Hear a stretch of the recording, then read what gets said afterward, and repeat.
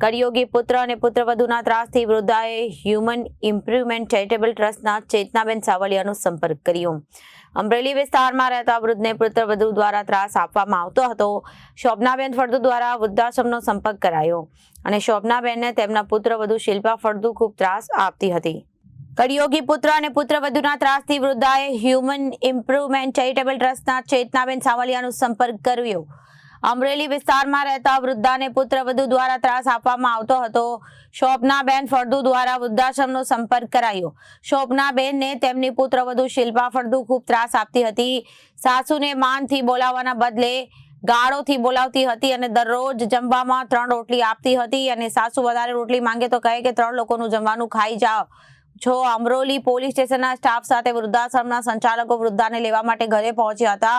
Police અને વૃદ્ધાશ્રમના સંચાલકોની હાજરીમાં જ પુત્રવધુ શિલ્પા અને શિલ્પાની દીકરીએ વૃદ્ધા સાથે અપમાનજનક ભાષા કરતો હતો અને આ એકાંતમાં વૃદ્ધા સાથે કેવું વર્તન થતું હશે તેને લઈને પણ ઉઠ્યા હતા સવાલ।